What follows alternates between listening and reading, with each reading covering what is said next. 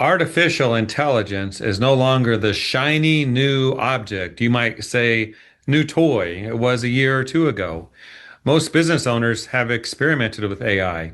Many use it daily, and some are already building AI powered workflows into their operations.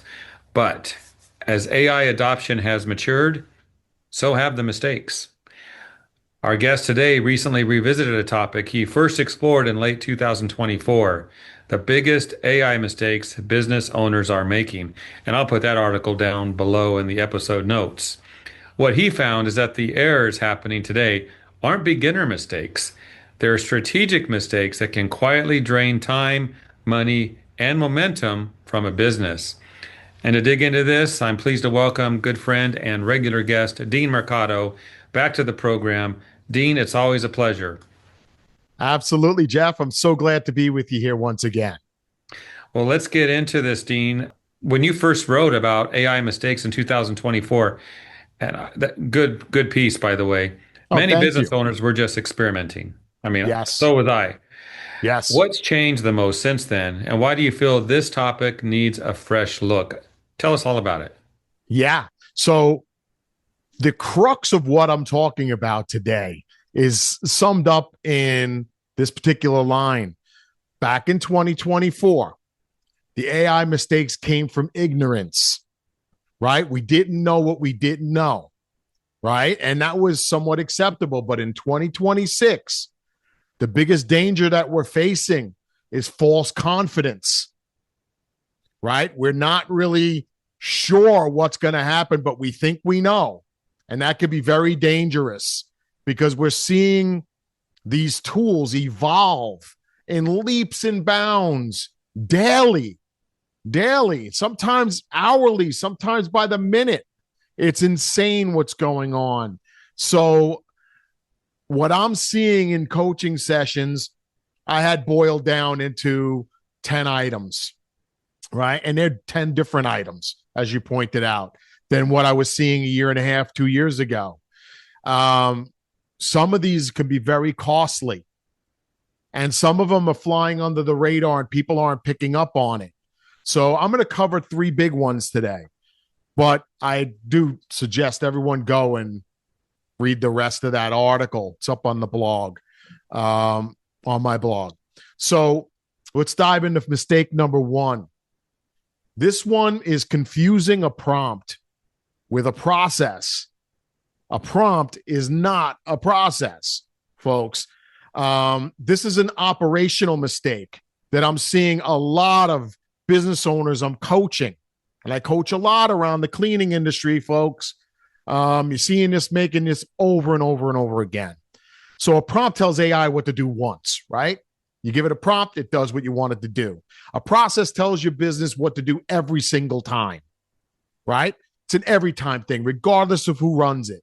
That's what makes it a process. So, here's how it ends up playing out. Let's just talk about that. Let's say an owner writes a prompt, right? They run that prompt, they get a specific result. Prompts are like one-off things for most cases. Now, sometimes the prompt was something the owner rambled off. Sometimes they have the prompt saved inside their chat GPT. Sometimes they take it and save it off into a Google document or a Microsoft Word document somewhere. Whatever it is, the retrievability of that knowledge is probably not good, right? And the usability of that prompt for anyone else on your team, probably not good, right? You're the only one who knows where it lives. So what it ends up being is a one-off thing. And a lot of times a prompt you write today won't be relevant a week from now because so much has changed. So again, if it was built into a process, different story. Also, we've got to understand, much like the last conversation, Jeff, you and I had about the Keystone asset, context changes. Things change. So if I truly want to get out from being behind the only guy who everyone has to keep asking me things every time they need something, I want my office staff to be able to work without me, then we want to build processes and then figure out where AI fits. So that's the big first one. A prompt isn't a system, and you need to be clear on that. right? A process starts leading you toward a system. So if it's not documented anywhere other than your head, you're likely creating this mistake. If the context doesn't carry from session to session, you're likely making this mistake. If someone else can't run it and get the same result, you're likely making this mistake. So look at a prompt as a conversation starter. That's it. A process is an asset. Now, those of you who know me from coaching or speaking on stage, I talk about assets a lot. Very important that you're always creating assets in your business. Assets create leverage, right? Otherwise, you're just creating more dependency on you, right? And that's not necessarily a good thing. So I'm going to step into the next one. This one's actually even a little bit more urgent because it's more risk oriented. And it's about feeding proprietary data into AI without knowing where it goes, right? So we're getting very comfortable very quickly with these AI tools. No doubt about it. I'm guilty as much as the next person. We've grown up in a society where we're always looking for a silver bullet, a magic pill, right? And some of us are even going as far as thinking, well, maybe AI is that. Maybe it's the magic pill. No, folks, that's not the case. So most of you, I would venture to guess, and it's probably a pretty good guess, that most of you have no idea what happens to your data after you pump it into ChatGPT or Claude or Gemini or Grok or any of the main tools out there. That's a little scary and extremely risky. So I want you to think, if you're a cleaning company right now, you have some of the most sensitive data that exists. You have people's home addresses and phone numbers, right? You have access codes to maybe their home, right? You have data on where the key is located in case you're letting yourself into people's homes on your own. Even businesses, same thing, right? You have access codes to their business. A lot of information that a lot of people would love to get their hands on. Now, it's not only you that I would worry about. It's your staff. What guardrails are you setting for them on what they can and cannot share with AI? Because that gets really extremely dangerous at that point. Remember, if you're feeding your proprietary information into AI, there's a good chance that when somebody prompts AI 5 minutes later, the result that they're getting might be coming from your intellectual property that you fed into AI. Now, if you're using the free versions of AI, it's most definite that your stuff is being used for training, which means AI is using it as intel that it feels it could use wherever it wants. So this is the one area where I'm going to tell all of you, stop playing cheap. At least go to the lowest paid model that they have. For most of the tools out there, it's $20 a month. Come on. I know for some of you, $20 still. You're not going to get anybody to help you with anything for less than $20. Right? I mean, you have to be real about it. And if it means the difference between the safety and security of your company, your clients, your team, right? Because a lot of us are starting to use AI for a lot of things. I know many of you are using it to evaluate your team members. You're using it to even help you write your reviews of your team members. You know, that's okay as long as you know where the data is going, what's being shared and what's not being shared, right? So, and again, it's not only what you're sharing. Are you sure what your team is sharing? Are you positive that you know exactly that they know what to do, right? Are you sure you know what ChatGPT does with your data? No, nobody's reading the privacy policies. I mean, come on, they make them that way so you can't read them. You know, it's like, think about Facebook. Where did Facebook make most of its money? It made most of its money selling your data. That's where it was making a lot of money. And then advertising came in and is making a fortune off of advertising because now it knows so much about you, it can really hone in on you.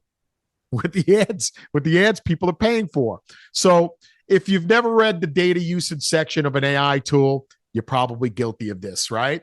You don't know if you don't know what plan you're on, the free, the basic, the business tier, you're probably making this mistake. If you have no policy on what can and can't be shared, you're likely making this mistake. If you don't know which tools your office staff is even using, you're likely making this mistake.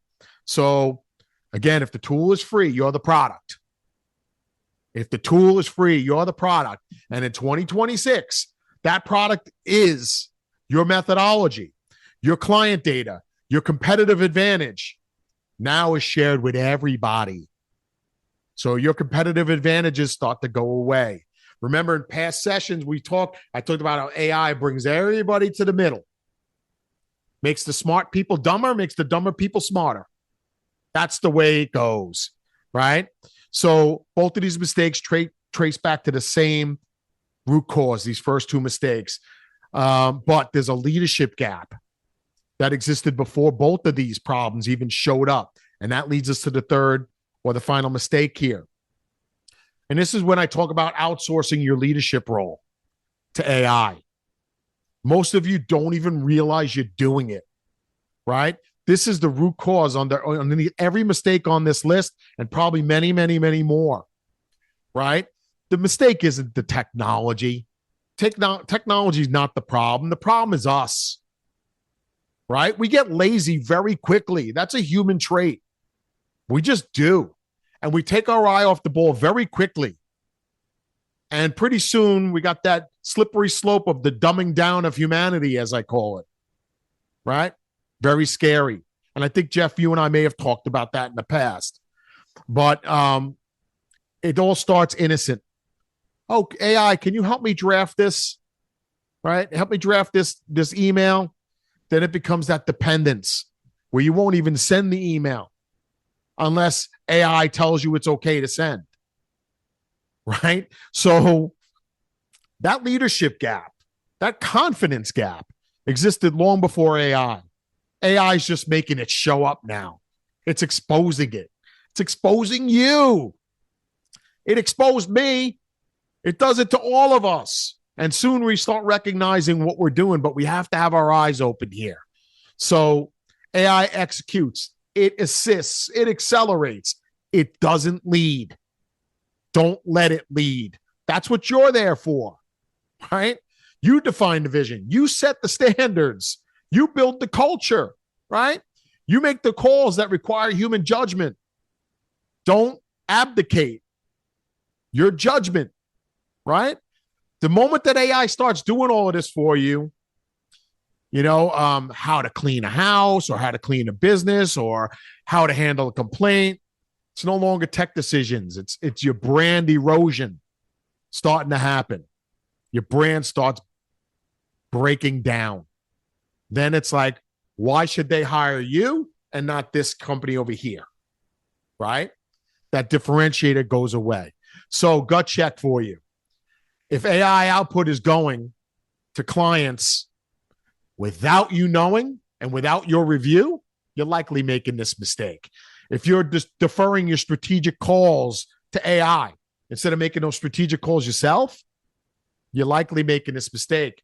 If your team's making AI influenced decisions that you don't know about, you're making this mistake, and if you find that you're starting to mistrust or not trust your own judgment, that you're having trouble making decisions, it's like anything else. Muscles atrophy. If they don't get used, they atrophy. If you stop using this, it atrophies. In other words, it starts breaking down and weakening. Not a good thing. So a point to remember there. AI is a phenomenal assistant. That's about it. It's a terrible boss, though, right? You don't want to make it your boss. So these three mistakes, Jeff, I took them from three different angles. One was operational, one was risk-oriented, and the other was leadership-oriented.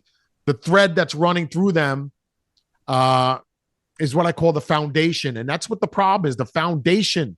Because AI came so fast for all of us, we skipped building a foundation, right? And that foundation, the missing foundation, means our house is built on shaky ground.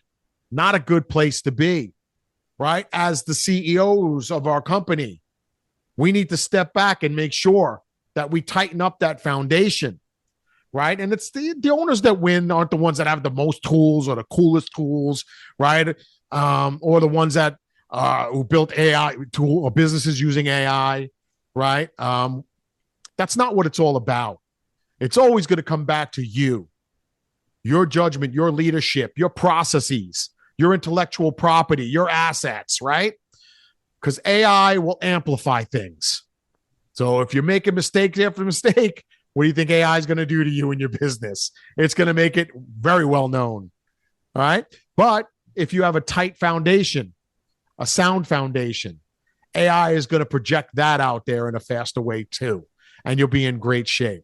So to wrap it up a little further, again, there is a deeper dive article on my blog. Jeff, if you'll share that, I'd be wonderful. I think a lot of you would get value out of that. I hope you got value out of this. Now, on that, Jeff, I'm sure you may have questions because I kind of opened up a lot of cans of worms there.